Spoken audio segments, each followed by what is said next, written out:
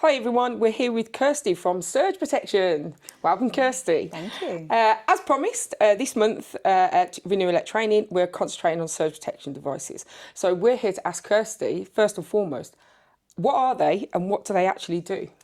Do you know, this is such a common thing. It's become like a black art in the industry. And I think it's because not many people know too much about it. Everyone stays away from it. And the worse they stay away from it, the more scary it gets. It's terrifying, yeah. And they're really simple. I always tell people I wouldn't be the expert of anything that was too complicated. Oh, get out. I don't believe honestly, that. surge devices are so simple. All they are designed to do is take any excess voltage and send it to Earth. So essentially, like your overflow would on your bath. Yeah. So this is how I teach people it. I always go, oh, if there's too much voltage, it gets dumped straight to Earth. But how does it know to do that? What is inside it that tells it, oh, there's too much voltage coming in, I've got to send that to Earth? Or what is it? What's this switch that gets fit? Because we talk about these switches being automatic, but we don't know what they're actually doing. No, essentially all it is a component inside called a metal oxide varistor or an MOV. That's all it is. Yeah. Its job is to vary its resistance depending on the voltage across it. Okay, so it detects the voltage coming in, it detects the resistor basically detects how much is coming in. I've got to up my resistance to make it go down this path, not down that path. Yeah, essentially that's all it's doing, except it goes the other way, it lowers its resistance. Lowers its resistance. Your resistance is usually really high, so the device sits there, does nothing. Okay. And then the voltage goes from your normal 230 and it goes up above 275, which is where most devices start to work in the UK. As soon as it goes up above that 275, the device will lower its resistance to practically zero. So path of least resistance, voltage goes down it. That's exactly how we understand earthing working. That's it. Oh, that's brilliant. And as soon as that voltage has come back down, the resistance goes back up through the device and it's reset, ready for the next surge. Fantastic. So following on from that then, so now we know how it works as such. What brought on the need for surge protection everywhere? Because I know as electricians, we're all a little bit scared of, well, if we don't put it in, what's the danger? If we do put it in, how do we justify to the client that we're putting a device in that essentially, if they don't look at it, they don't actually know if it's working or not? And do they know it's working? Do we know it's working? Those are the other questions. That's a lot of questions in one go. Sorry. So first of all, what brought on the need for surge protection? It's actually been in the wiring reg since the 80s. It's not new. Okay. Yeah. We're actually, as a company, we're 20 years old next year. Oh, wow. Well done. We're not something that's new that's appeared because of the wiring regs or because of, all of a sudden people are talking about surge protection. It's been around for a long time. But it's been more used in specific instances, like we've been working with MOD, for instance. We'll work with panels, big buildings, protecting airports, hospitals, them sort of things. So it's usually been sensitive equipment it's usually been for, But you've got to think, in the last 30 years, we've gone from high-tech equipment being in laboratories and on movies and things like that we watch, to our homes being controlled by smart controls. Yeah. We have electric vehicles, which in the 80s, let's face it, most people are only thinking of in their dreams and on movies and Back to the Future. It was these hoverboard type situations.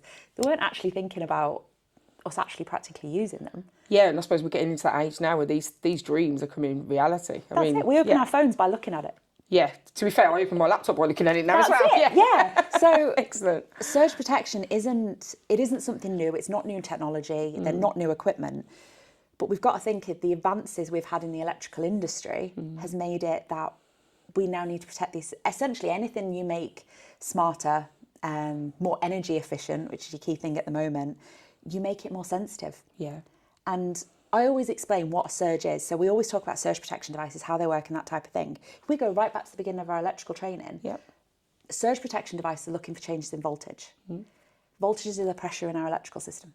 Yes, that's exactly how we teach it. Yeah, the water pipe theory. Exactly. I always use water. People can visualise that so much easier than they can. Yeah, it's amazing, isn't it? Yeah. People always understand the plumbing terms, but the electrical ones, the plumbers love that as well. Yeah, I bet. So if you go back to thinking about that pressure thing, you think about printed circuit boards that we get in 99% of our electronics now. Yeah.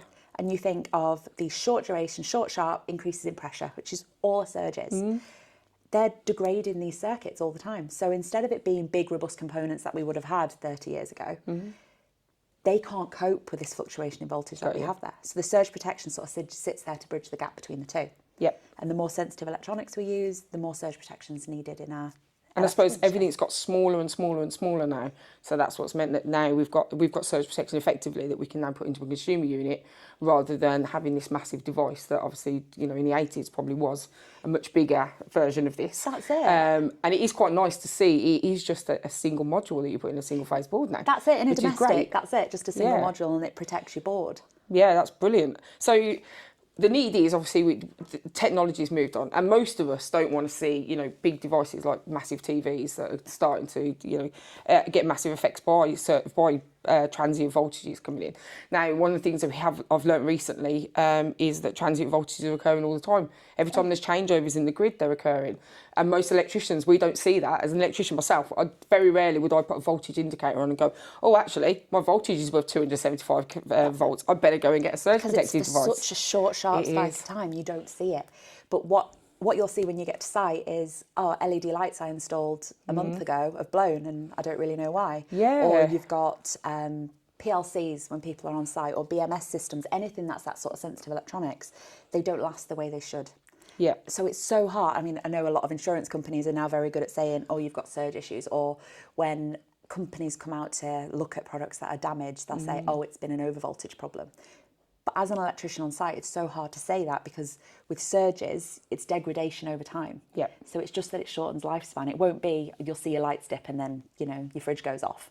No, it's going to be over a period of time. This is going to occur, and it's not it. protecting you against a new installation that's just been put into service. It's basically protecting you against, well, this installation's been in service for several years. Now's the degradation. Now is the time that it's going to be susceptible to those transient voltages. And you've not just got the transients that are coming from the grid, like you said, with a grid changeover.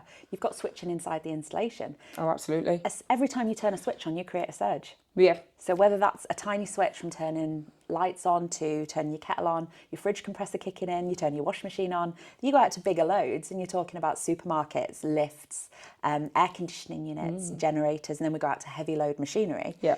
The bigger the switch, the bigger the surge you're producing. Absolutely. So if you go into a big factory and they've got all these big conveyor belts running with all this dirty electrically machinery, and then they decide to, we're going to upgrade our BMS and put in a new sensitive BMS system, and they can't understand why they keep getting failures on the BMS. Yeah. And actually because it's all this the switching surge. within the installation. So you can end up with a surge protection device there, and it's protecting the new equipment from old equipment that's always been there and never caused a problem. What's the most interesting? So I'm trying to put you on the spot. What is the most interesting project you've worked on with that? Have you dealt with like massive car manufacturers and stuff? And that to do their design? I've worked with some big car manufacturers, Jaguar Land Rover in Solihull. Oh, actually not far fantastic, away. I yeah. worked with them. My most interesting one, though, I've got to say, was Coca-Cola. Oh, wow. I worked at their canning plant up in Wakefield. Yeah. So they had a situation where they decided over a Christmas period they were going to upgrade some lighting to LED lighting. Yeah. Now they'd put the cables for the lighting in the cable tray, lovely, over the conveyor belts that were doing their canning, but they'd run other cables in there that were all already for their older machinery. And when they switched all their machinery back on, which they weren't allowed to have on while they were putting all these new cables in, health and safety. Yeah, doing the right absolutely. things, switched everything on. Obviously, there was a massive load come through for the machinery turning on. It induced onto the cables for the LED lighting, blew the LED light in, went back down and blew the PLCs for the machines. Oh my god! I bet that was expensive. Yeah, it was millions in lost production. It wasn't the equipment that was expensive to replace. It was the production time that was down. Oh my goodness! And that's quite often now, that's what we're protecting against. It's not just the equipment itself that's getting damaged. Yes. It's especially in industry, It's the downtime. production. Yeah. I know that in heavy industry, downtime is one of your biggest concerns. And obviously, from electrical installer's point of view, being called, just something that can be fixed quite quick, quite easily. It's the access and getting up there and all of that, and absolutely. So I'd never thought of that, to be honest. That changing the lighting and doing your energy efficiency process, which is what we're trying to do at the moment. Yeah. Every building we're trying to make more energy efficient, and by doing so, we've actually induced more problems and more need for surge protection. And we're seeing it more and more with installations that are putting on big solar additions. Yeah. And they think we're ticking all these boxes because we're doing all this green. Yeah, we're being all green, energy efficient. Yeah. And the size of the inverters they're using, they're massively oversizing the systems that are on these installations because they're thinking we're going to make all this money producing all this extra electricity. And what they're doing is producing a lot of extra voltage into their system. And they can't understand why things like LED lighting and things inside the installation. It's starting to go. Yeah.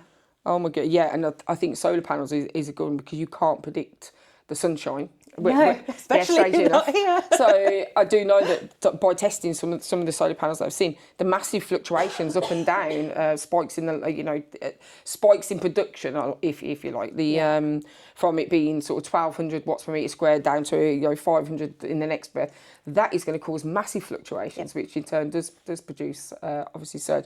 And in the regs it does state that all SPVs have got to be protected by a surge protection device, which I know most manufacturers put inside inverters now, so that's that's It's great. a controversial topic at the minute. It is. It's a massive controversial topic. Is it the right place to put it? Should they be separate? Should they be accessible to see if they actually are still working? So this is the thing. Quite often when they're inside the inverter, they actually don't conform to the product standards for an SPD. Wow, I did not know that. They're just components. They're not. Yeah.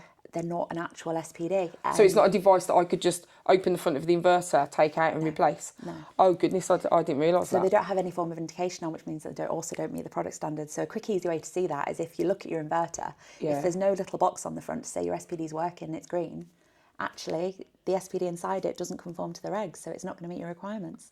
Oh goodness! So that is something to bear in mind. I know that we have had some questions from people bearing in mind, SPDs in solar and battery storage, and that's really good to know because I didn't realise that inverters wouldn't have that necessarily. They have that protection in. That's it. And any equipment, I actually am not aware of one right now in the UK that has the correct level of surge protection built in to meet the standards. That is even good. though a lot of them say they do, as soon as you start going down the route of asking for certificates of conformity, they actually can't give you them because they don't conform to that standard. That's great from a teacher's perspective because honestly, when I'm teaching, these are the kind of things that people ask you, and I'm always refer to the manufacturer, refer to the inverter manufacturer. So that is a good thing for me to add in. That's it, and it's also worth bearing in mind that if your building has an external lightning protection system, we need to go down the route of lightning protection devices, not just standard surge protection. So it's a different type of device we need to get in there. So we're going to talk a little bit more about that. Yeah. But for now, can I just point out Kirsty's shoes? Look at these. I'm so jealous. I want some orange. I do want some orange trainers. That's it for our YouTube today. So we're just going to say thank you very much to Kirsty. Thank you very much for coming in. And we'll hopefully talk a little bit more surge protection in some shorts in the future.